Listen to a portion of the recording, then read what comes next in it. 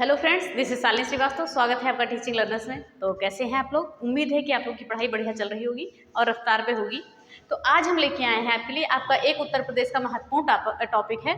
उत्तर प्रदेश में वन्य जीव अभयारण्य, वन्य संपदा जो भी है, वन्य जीव या वन्य प्राणी, ऊपर शायद आपको उत्तर प्रदेश कट गया होगा।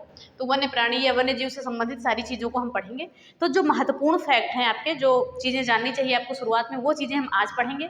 और कल हम पढ़ेंगे वन्य जीव विहार और पक्षी विहार। तो इसको हम कल पढ़ लेंगे। और बाकी जो फुटकर चीज़ें, कह नहीं सकते कि फुटकर चीज़ें जो है, जो छोटी छोटी चीज़ें हैं, उनको हम सारी चीज़ें आज जान लेंगे। क्योंकि ज़्यादा बड़े में आपके पक्षी विहार और वन्य जीव विहार है कि पक्षी विहार 14 है और वन्य जीव विहार 11 है उत्तर प्रदेश में। तो उसमें आपको टाइम लगेगा पढ़ने में, और इसमें टाइम नहीं लगेगा, क्योंकि ये सब चीज़ें आपको पृष्ठभूमि भी जाननी ज़रूरी थी कि कैसे क्या चीज़ें होती हैं, कौन सा केंद्र है, कौन सा बोर्ड है, सारी चीज़ें जाननी होती हैं।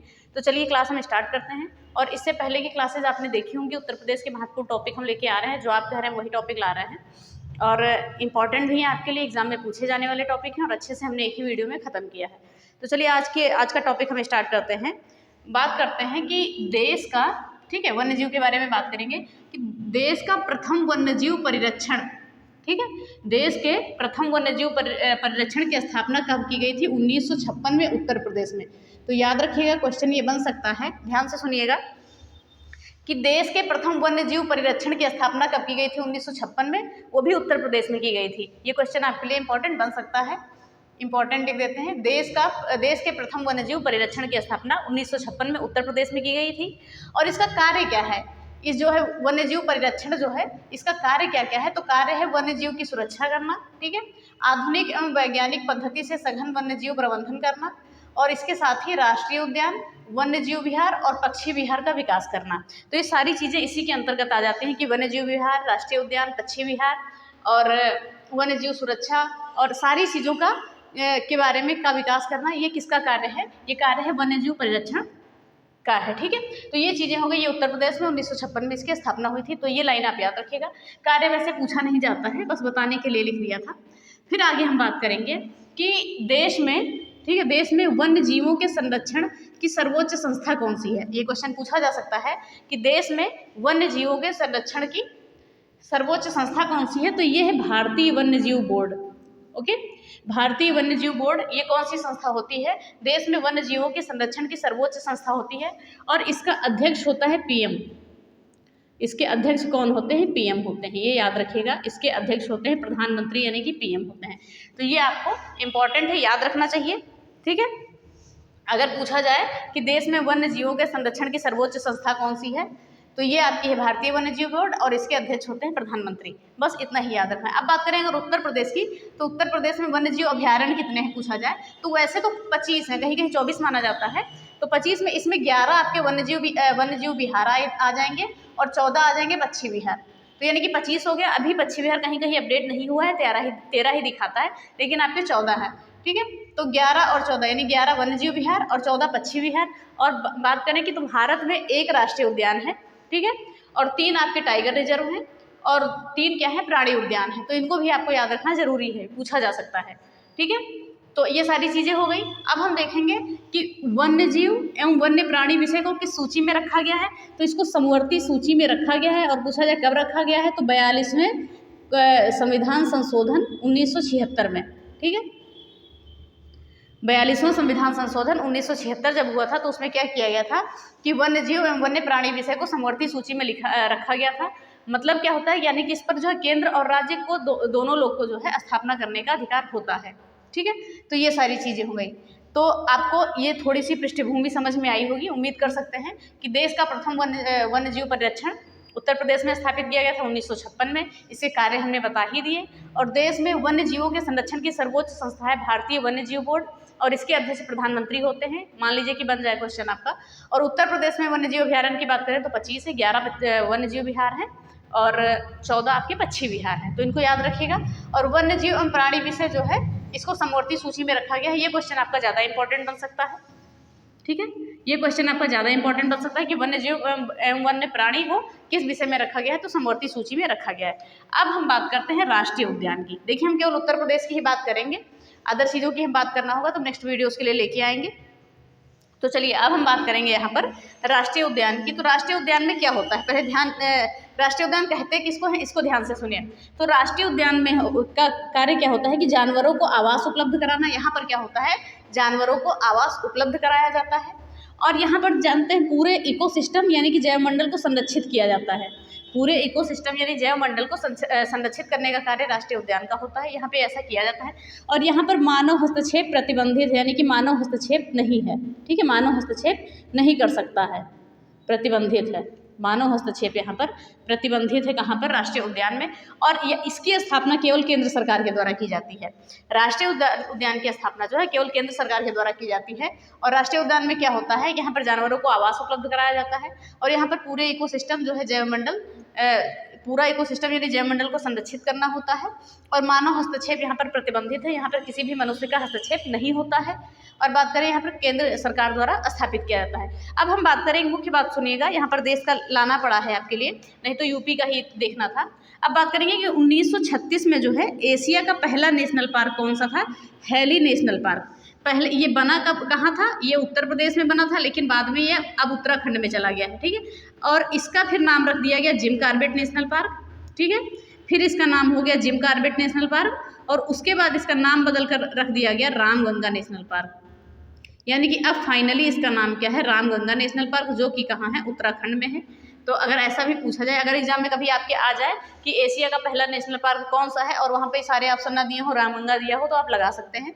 तो 1936 में एशिया का पहला राष्ट्रीय उद्यान यानी कि नेशनल पार्क स्थापित किया गया। कौन सा था वो, हैली नेशनल पार्क यानी हैली राष्ट्रीय उद्यान। तो ये पहले उत्तर प्रदेश में था, अब उत्तराखंड में हो गया है। फिर इसका क्या हुआ, नाम बदला गया, तो जिम कॉर्बेट नेशनल पार्क रख दिया गया। फिर इसका क्या नाम बदला गया, तो रामगंगा नेशनल पार्क कर दिया गया, क्योंकि रामगंगा नदी यहीं से निकलती है, यहाँ से ओके निकलती है। ठीक है, गुजरती है। तो ये सारी चीज़ें होंगी, तो ये आप समझ गए। और बात करें उत्तर प्रदेश में, तो एकमात्र राष्ट्रीय उद्यान है उत्तर प्रदेश में जिसको हम कहते हैं दुधवा नेशनल पार्क। ठीक है, एकमात्र राष्ट्रीय उद्यान है दुधवा नेशनल पार्क। और ये 1968 में दुधवा पक्षी विहार के नाम से बना था। ठीक है, दुधवा पक्षी विहार के नाम से बना था, दुधवा पक्षी विहार। बात करें कि उत्तर प्रदेश का जो पहला नेशनल पार्क था वो दुधवा नेशनल पार्क था, लेकिन 1968 में जब ये स्थापित किया गया तो इसका नाम क्या था, दुधवा पक्षी विहार। और 1 फरवरी 1977 को इसे क्या मिल गया, राष्ट्रीय उद्यान का दर्जा मिल गया, यानी नेशनल पार्क का दर्जा मिल गया। तो ये चीज़ें भी याद रखिएगा, इंपॉर्टेंट बन सकती हैं आपके लिए। और ये कहाँ पर पड़ता है, लखीमपुर पीलीभीत में पड़ता है। और इसका एरिया कितना है, 490 वर्ग किलोमीटर एरिया है। तो उत्तर प्रदेश का एकमात्र राष्ट्रीय उद्यान है दुधवा राष्ट्रीय उद्यान, जिसे 1 फरवरी 1977 में राष्ट्रीय उद्यान का दर्जा मिला। और ये लखीमपुर पीलीभीत में पड़ता है। और इस एरिया कितना कवर करता है, 490 वर्ग स्क्वायर। ठीक है, यानी कि स्क्वायर किलोमीटर। तो ये सारी चीज़ें हो गई आपकी। और ये याद रखिएगा कि स्थापित 1968 में ही हुआ था दुधवा पक्षी विहार के नाम से। तो ये हमने राष्ट्रीय उद्यान के बारे में जान लिया कि राष्ट्रीय उद्यान कहते किसे हैं, और उत्तर प्रदेश का जो राष्ट्रीय उद्यान है आपका वो कौन सा है और कब स्थापित किया गया था। तो ये चीज़ें आपके लिए हो गई। देखिए जो छोटी छोटी चीज़ें थी ये सारी आपकी आज आ गई हैं। और बाकी पक्षी विहार और वन्यजीव विहार आपका कल आएगा, ये याद रखिएगा। फिर बात करें, एक होता है वन्यजीव अभयारण्य और एक होता है आपका राष्ट्रीय उद्यान। ठीक है, तो वन्य जीव अभयारण्य में क्या होता है, जैसा कि हमने राष्ट्रीय उद्यान में बताया था आपको कि जानवरों को आवास उपलब्ध कराना होता है यहाँ पर, और इकोसिस्टम यानी कि इसको संरक्षित करना होता है। मानव हस्तक्षेप प्रतिबंधित है, मानव हस्तक्षेप नहीं कर सकता है, और एक केंद्र सरकार के द्वारा स्थापित किया जाता है। अब यही बात करें हम वन्य जीव अभयारण्य की, तो यहाँ पर क्या होता है, यहाँ पर भी जो है जानवरों को आवास तो उपलब्ध कराया जाता है, लेकिन यहाँ मानव का हस्तक्षेप होता है। ठीक है, मानव का हस्तक्षेप होता है वन्य जीव अभयारण्य में। और यहाँ पर केंद्र व राज्य सरकार दोनों मिलकर स्थापना कर सकते हैं, चाहे केंद्र करे चाहे राज्य सरकार करे, तो इसमें कोई दिक्कत नहीं। तो ये वन्य जीव अभयारण्य यही हमने बात की थी कि समवर्ती सूची में आता है। तो बात करेंगे राष्ट्रीय उद्यान में क्या था, जानवरों को आवास उपलब्ध कराना था, जैवमंडल को संरक्षित करना था, और कोई भी मानव हस्तक्षेप नहीं था, और केंद्र सरकार के द्वारा स्थापित किया जाता था। और वही बात करेंगे वन्य जीव अभयारण्य की, तो यहाँ पर क्या है कि जानवरों को आवास उपलब्ध कराया जाता है, वो भी ठीक है, लेकिन मानव हस्तक्षेप जो है प्रतिबंधित है, और केंद्र व राज्य दोनों इसकी स्थापना कर सकते हैं। तो ये चीज़ें हो गई आपकी इधर की। आई होप आपको समझ में आई होंगी। सारी जो छोटी छोटी क्लिप्स हैं ना, क्लिप्स होती हैं छोटी छोटी, प्रोजेक्ट आएगा, ये सारी चीज़ें हो जाएंगी, और जो बड़ी चीज़ें हैं वो कल आ जाएंगी आपकी। तो जो छोटी चीज़ें थी, जो बैकग्राउंड था, वो सारी चीज़ें हम आज समझ लेंगे। और यहाँ से भी आपके क्वेश्चन बनते हैं, ये मत समझिएगा कि यहाँ से नहीं बनते हैं, कहीं भी क्वेश्चन आपका बन सकता है। अब हम बात करेंगे प्रोजेक्ट टाइगर यानी कि टाइगर रिजर्व की। तो टाइगर रिजर्व की वैसे स्थापना की गई थी 1973 में। क्वेश्चन आपको कई बार पूछा जा चुका है, तो इसको याद रखिएगा कि टाइगर रिजर्व यानी प्रोजेक्ट टाइगर की स्थापना कब हुई थी, यानी कि कब स्थापित किया गया था, तो 1973 में। उत्तर प्रदेश की बात करें तो यहाँ पर 3 है, वैसे ज़्यादातर 2 ही मानते हैं लेकिन 3 है। एक है दुधवा टाइगर रिजर्व आपका, ये लखीमपुर, कहीं कहीं बहराइच भी बोल देते हैं कि बहराइच में भी पड़ता है, ठीक है, तो बहराइच को भी जोड़ दिया जाता है यहाँ से। तो दुधवा टाइगर रिजर्व जो है ये लखीमपुर में है आपका, और पीलीभीत टाइगर रिजर्व जो है तो पीलीभीत में ही है, 2014 में स्थापित हुआ है।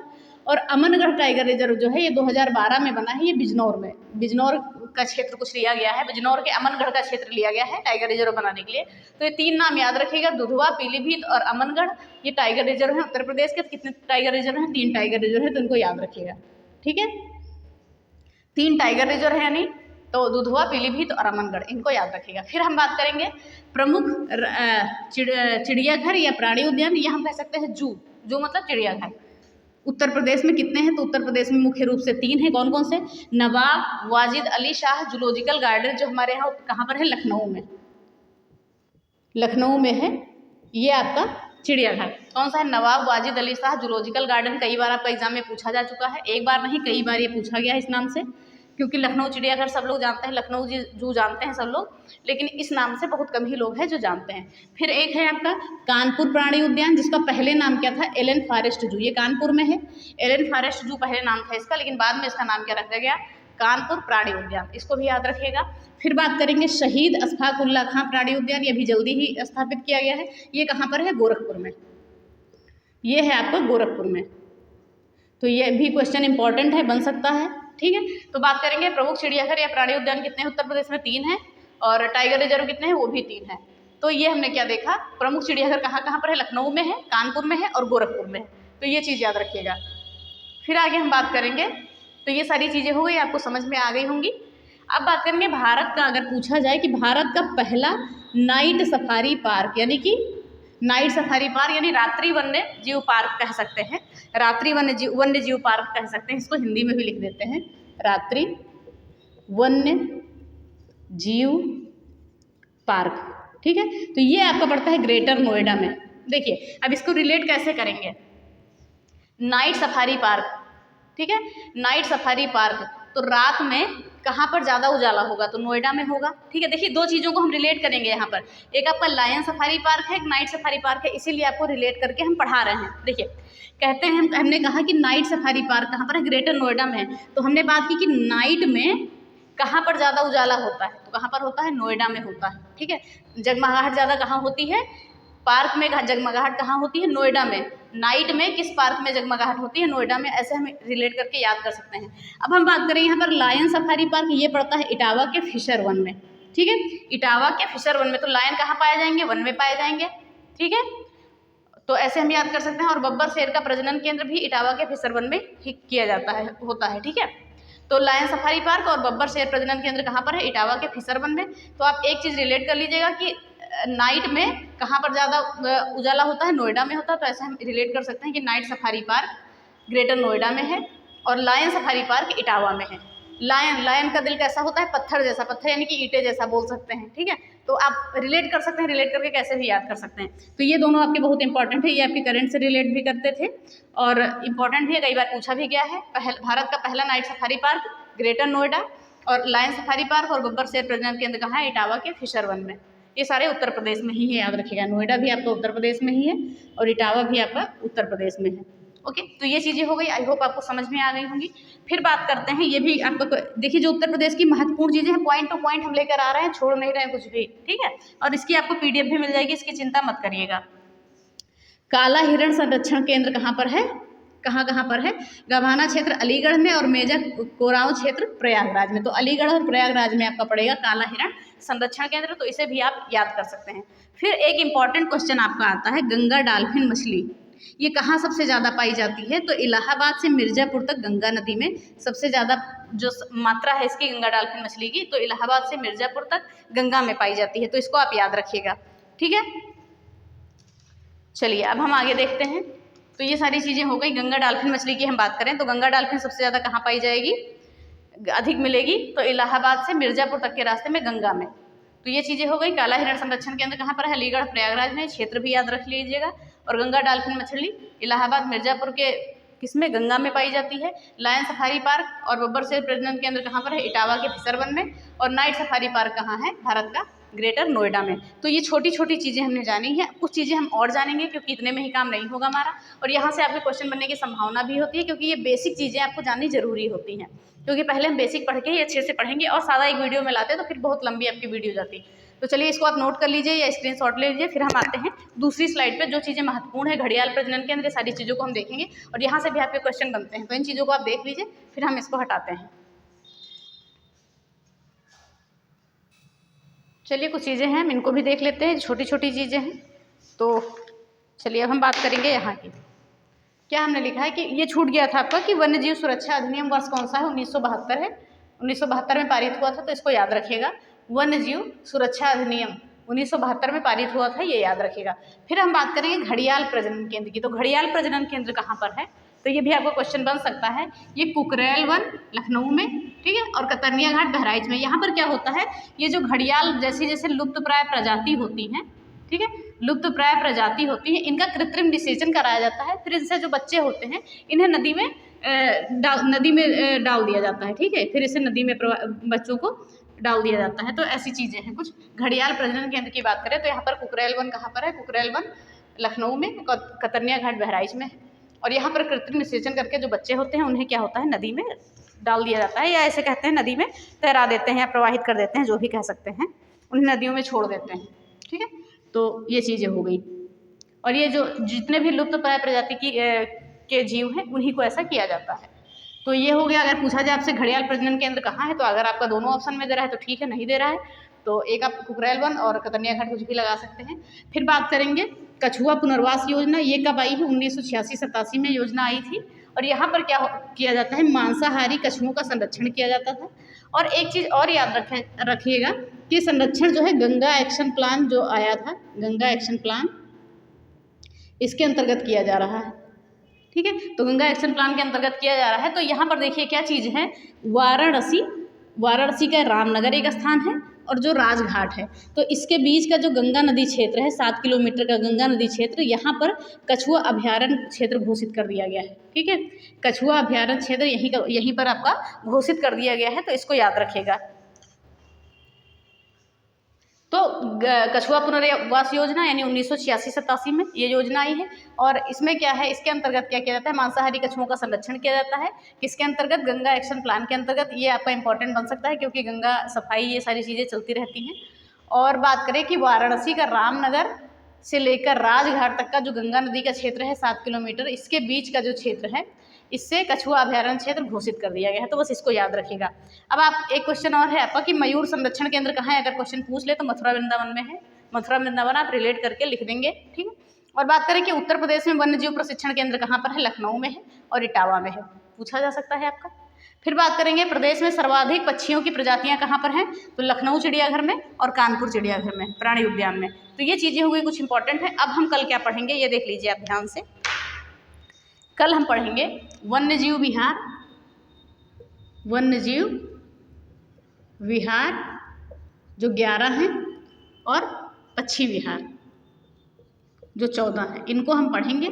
और बाकी चीज़ें हमने कवर कर ली, जैसा कि हमने यहाँ पर नेशनल पार्क आपका पढ़ लिया, राष्ट्रीय उद्यान पढ़ लिया आपका हमने, प्रोजेक्ट टाइगर पढ़ लिया, ठीक है, और प्रोजेक्ट, हाँ बस ये सारी चीज़ें जो इंपॉर्टेंट थी। और चिड़ियाघर हमने देख लिया, ये सारी चीज़ें देख ली जो जरूरी थी। छोटी छोटी चीज़ें थी वो हमने एक वीडियो में देख ली, और जो बड़ी चीज़ें हैं उनको हम एक वीडियो में देख लेंगे।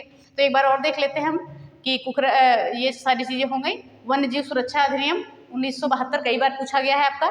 मयूर संरक्षण केंद्र मथुरा वृंदावन में है। वन्य जीव प्रशिक्षण केंद्र आपका लखनऊ इटावा में है। और प्रदेश में सर्वाधिक पक्षियों की प्रजातियां कहाँ मिलती हैं, लखनऊ प्राणी उद्यान और कानपुर प्राणी उद्यान में। देखिए जितने भी ये जीके कैप्सूल आपकी चल रही है, सबकी पीडीएफ हमने कंप्लीट पीडीएफ हमने आपके टेलीग्राम पर डाल दिया है, तो यहाँ से जाकर आप पीडीएफ ले सकते हैं। और हिंदी साहित्य का भी हमने कंप्लीट पीडीएफ डाल दिया है, तो इसके लिए चिंता मत करिएगा, ये पीडीएफ आपको मिल जाएगी। तो चलिए क्लास यहीं पे ख़त्म करते हैं। तो ज़रूर बताइएगा क्लास कैसी लगी। हो सकता है थोड़ी ना पसंद आई हो, लेकिन ज़रूरी है, चीज़ें यहाँ पर ज़रूरी हैं, तो ये भी आपको जाननी ज़रूरी है। तो इसकी भी पीडीएफ आपको मिल जाएगी, ठीक है। तो चलिए इसी के साथ क्लास ख़त्म करते हैं। और अगर वीडियो पसंद आई है तो प्लीज़ वीडियो को लाइक करें, शेयर करें और चैनल को सब्सक्राइब करें और बेल आइकन दबाना ना भूलें। धन्यवाद, जय हिंद।